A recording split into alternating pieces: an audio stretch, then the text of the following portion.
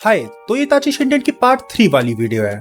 आज से हम चैप्टर 2 एक्सप्लेन करेंगे। चैप्टर 1 पार्ट 1 एंड पार्ट 2 मैंने ऑलरेडी एक्सप्लेन कर रखा है। अगर आपने उसको नहीं देखा तो आप पहले उसे देख लो ताकि आपको ये वीडियो ज्यादा अच्छे से समझ में आए। इस वीडियो में मैं चैप्टर 2 सब चैप्टर 1 एंड 2 को एक्सप्लेन करूंगा, जिसमें आप इताची की ग्रेजुएशन के बाद पहले मिशन के बारे में जान पाओगे, उसके टीममेट्स के बारे में जान पाओगे, इज़ुमे के बारे में और ज्यादा अच्छे से जान पाओगे, और सबसे जरूरी इताची की पहली उचिहा मीटिंग कैसी थी उसके बारे में जान पाओगे। तो उम्मीद है आपको ये वीडियो पसंद आएगी।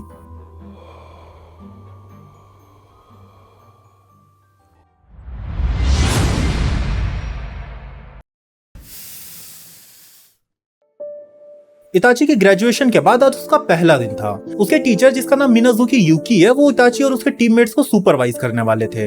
इताची और उसके टीममेट्स के सर पर हेडबैंड इतना टाइटली बंधा हुआ था कि मानो ऐसा लग रहा हो कि वो बहुत दर्द कर रहा हो। यूकी तीनों को समझा रहे थे कि टीम वर्क कैसे करना होता है। वो जोर जोर से बोल रहे थे कि आज से तुम तीनों मेरे अंडर काम करोगे एज अ गैनिन। हमारे कुछ मिशन टफ भी होंगे, तो तुम्हें कई बार एक दूसरे पर रिलाई भी करना होगा और एक साथ जिंदा भी वापस आना होगा। तभी इताची के साइड में खड़ा लड़का धीरे से बोला, रिलाई ऑन अनदर। और इसने यह बात बहुत धीरे से बोली थी कि किसी को सुनाई ना दे। वैसे इस गैनिन का नाम इज़ुमे टेन्मा है। हाँ, ये वही स्टूडेंट है जो उस ग्रुप का लीडर था जिन्होंने इताची को उसके नीज पर बैठ करके अपोलोजाइज करने के लिए कहा था अकेडमी में। वहाँ यूकी अपना लेक्चर कंटिन्यूअसली दिए जा रहे थे और टेन्मा अपने घुटनों को पकड़ करके बैठा था और लगातार इताची को ही देखे जा रहा था। उसने फिर धीरे से बोला, हमारी टीम में तो विलेज का एल्बाट्रॉस फंस गया है, तो टीम वर्क कहाँ से ही होगा।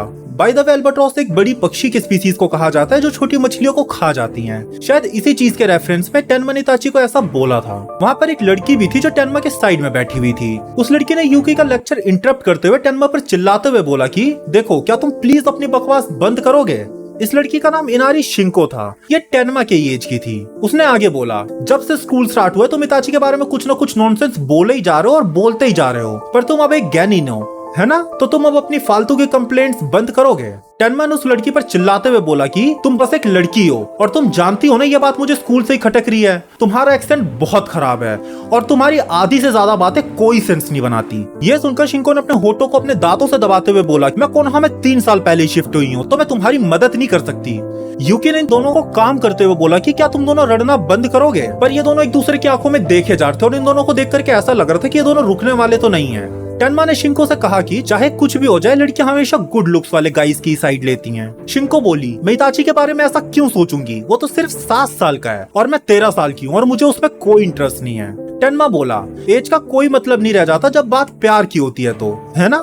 शिंको बोली, तुम कहना क्या चाहते हो? हाँ? अब इन दोनों की बकवास सुनते सुनते इताची का दिमाग खराब होता जा रहा था। टेन्मा आगे चिल्लाते हुए बोला कि तुम सब क्यों परेशान हो गए। अब इताची का दिमाग खराब हो चुका था और वो खड़ा होकर के अपनी आंखें बंद करके जोर से बोला, मैं इन लोगों के बीच में नहीं रह सकता। टेन्मा बोला, तुम भागना चाहते हो? शिंको बोली, इताची जरा इस गधे को मजा चखा दो। इताची ने इन दोनों को इग्नोर करते हुए अपने टीचर से बोला, मुझे बताया गया था कि आज सिर्फ मीट एंड ग्रीट के लिए बुलाया गया था। यूकी ने हाँ बोला। यूकी सबसे ज्यादा इताची के लिए कंसर्न था क्योंकि वो यंगेस्ट मेंबर था इस टीम का। इताची ने बोला, तो हम यहाँ जिस काम के लिए आए थे वो खत्म हो गया है। यूकी ने बोला, हाँ मुझे तो लगता है हो गया है। इताची ने जवाब दिया, तो फिर मैं जा रहा हूँ। इताची के जाने पर यूकी ने इताची से बोला, कल हमारा एक मिशन है तो तुम टाइम पर आना। इताची रुक करके यूकी की तरफ देखते हुए बोला, ठीक है, मैं समझ गया।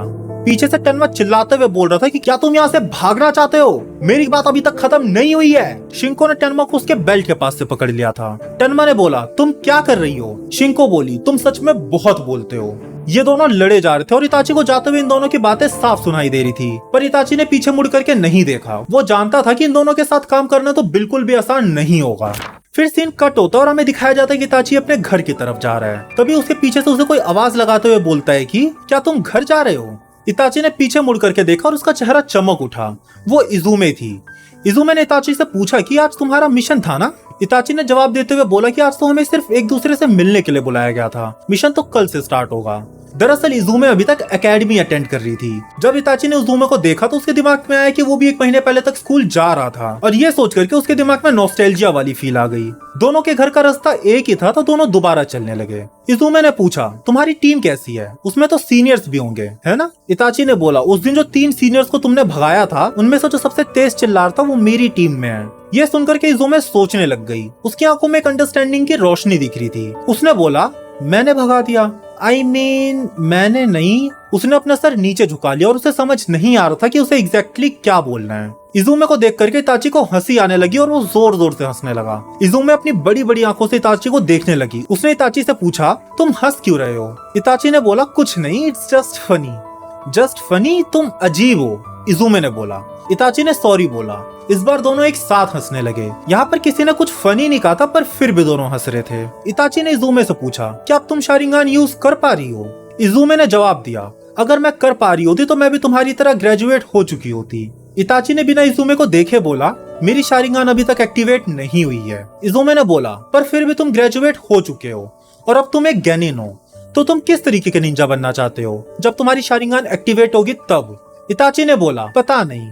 अब दोनों को वो दीवार दिखने लग गई तो जो उचिहा कंपाउंड को विलेज से अलग करती है, और उस पर एक बड़ा सा उचिहा का लोगो भी बना हुआ था। इजुमे धीरे धीरे कंपाउंड की तरफ बढ़ रही थी। उसने इताची से पूछा कि तो सीनियर्स स्केरी होंगे, है ना? तभी इताची ने अचानक से बोला कि क्या तुम्हें कुछ सुनाई दिया? इजुमे ने मना करते हुए अपने सर को राइट लेफ्ट हिलाया और बोला कि मुझे कुछ सुनाई तो नहीं देता, पर कई बार जब मैं कंपाउंड के आसपास रहती हूँ तो मुझे बहुत डर लगता है। इजुमे भले से अभी 7 साल की है, पर उसने अभी से अपनी शारिंगान एक्टिवेट कर ली है। भले से उसने अपनी शारिंगान को अभी तक मास्टर नहीं किया है, पर वो ट्रेनिंग करा करती थी। फिर इताची ने डरी हुई इजुमे से जेंटली पूछा, तुम्हें किस चीज से डर लगता है? इजुमे ने अपनी डरी हुई आवाज में बोला कि शायद बड़े लोगों के दिमाग में कुछ बुरा या बुरे जैसा कुछ चल रहा है। इताची ने बोला, बुरा? इताची के दिमाग में उन तीनों सबऑर्डिनेट्स का चेहरा आ रहा था जो उसके पापा के साथ थे। जब से नाइनटेल का अटैक हुआ और जब से उचिहास को मूव किया गया, तब से सारे उचिहास रात में नकानोशाइन पर मिलते हैं। शायद इसी वजह से इजुमे में ऐसे इंस्टिंक्ट्स आ रहे हैं। फिर इताची धीरे धीरे उचिहा कंपाउंड में जाते हुए बिना इजुमे को देखते हुए बोला, इजुमे, तुम इस बारे में किसी से बात नहीं करोगी। इजुमे ने बोला, ठीक है, अगर तुम कह रहे हो इताची तो मैं इस बारे में किसी से कुछ नहीं कहूंगी। फिर वो दोनों बिना कुछ बोले अपने अपने घर की तरफ चले गए। हमारा चैप्टर 2 सब चैप्टर 1 यही खत्म होता है। उम्मीद है आपको हमारी एक्सप्लेनेशन अच्छी लग रही होगी। अगर आपको हमारी एक्सप्लेनेशन पसंद आ रही है तो प्लीज आप इस वीडियो को लाइक करके चैनल को सब्सक्राइब कर दो। सब चैप्टर 2 स्टार्ट होता है और हमें दिखाया जाता है कि काउंटलेस क्रोज एनिमी को असॉल्ट कर रहे हैं। उसके पास कोई ओपनिंग नहीं है कि वो क्रोज से बाहर निकल पाए। इताची ने अपने शैडो क्लोन की मदद से अपने एनिमी को पकड़ लिया था। इताची एक पेड़ के काफी ऊपर खड़ा हुआ था। वो वहां से चिल्लाता है, नाउ। यहाँ से उसे अपने क्रोज भी दिख रहे थे और उसे वो आदमी भी दिख रहा था जो जोर जोर से रो रहा था। और टेन्मा ये सब देख करके इतने शौक में चला गया था कि वो खड़ा भी नहीं हो पा रहा था। और यूकी और शिंको भी वहीं थे। इताची का सिग्नल सुनकर यूकी ने बोला, here we go Shinko. Shinko बोलती है, ऑल राइट। ये दोनों अब एनिमी की तरफ भागते हुए गए। इताची के क्रोज अब जंगल में उड़ चुके थे। वो आदमी जोर जोर से रो रहा था और वो रोते रोते बेहोश हो जाता है। इताची ऊपर से सारी सिचुएशन को समझते हुए नीचे आया। यूकी तालियां बजाते हुए बोलते हैं, नाइस वर्क इताची। टेन्मा इताची को अनॉयड नजरों से देखते हुए खड़ा होता है। फिर हमें पता चलता है कि थोड़े टाइम पहले जो वेजिटेबल पेडलर्स आए थे लीफ में, वो स्पाई थे स्टोन के, और इताची की टीम को उन्हें ढूंढने का मिशन दिया गया था। वैसे तो ये काम ऑनबूज का है, पर इस टाइम पे कोई भी ऑनबू फ्री नहीं है। सारे ऑनबूज एक स्पेशल मिशन पर हैं। दरअसल हिनाटा ह्यूगा को किडनैप करने का अटेम्प्ट हुआ था। जो हेड निंजा क्लाउड के, उनकी और लीफ की रिलेशनशिप अच्छी नहीं चल रही है काफी सालों से, पर वो फाइनली मान गए थे पीस ट्रीटी साइन करने के और वो इसीलिए यहाँ आ रहे थे। उस टाइम विलेज में एक सेलिब्रेशन वाला माहौल था, पर उस टाइम ह्यूगा चीफ की बेटी नियरली किडनैप हो गई थी। किडनैपर्स को तो मार दिया गया और हिनाटा भी घर पहुंच चुकी है, वो भी बिना किसी खरोच के। पर जब से पता चला कि जो किडनैपर था वो क्लाउड का हेड था, तब से विलेज में अशांति बढ़ चुकी है। क्लाउड वालों का एक हेड निंजा मारा गया है। उन्हें कंपनसेशन चाहिए था किसी ह्यूगा के बॉडी के फॉर्म में, पर लीफ वालों ने ये बोल करके इस बात को दबा दिया कि जो जुड़वा भाई है वो फैमिली हेड है, और इस तरीके से इन लोगों ने एक नई वॉर को स्टार्ट होने से रोका। पर ऐसी सिचुएशन में सारे ऑनबूज और सारे हेड निंजास को ड्यूटी पर लगा दिया गया था ताकि कोई लड़ाई स्टार्ट ना हो या उसे संभाला जा सके।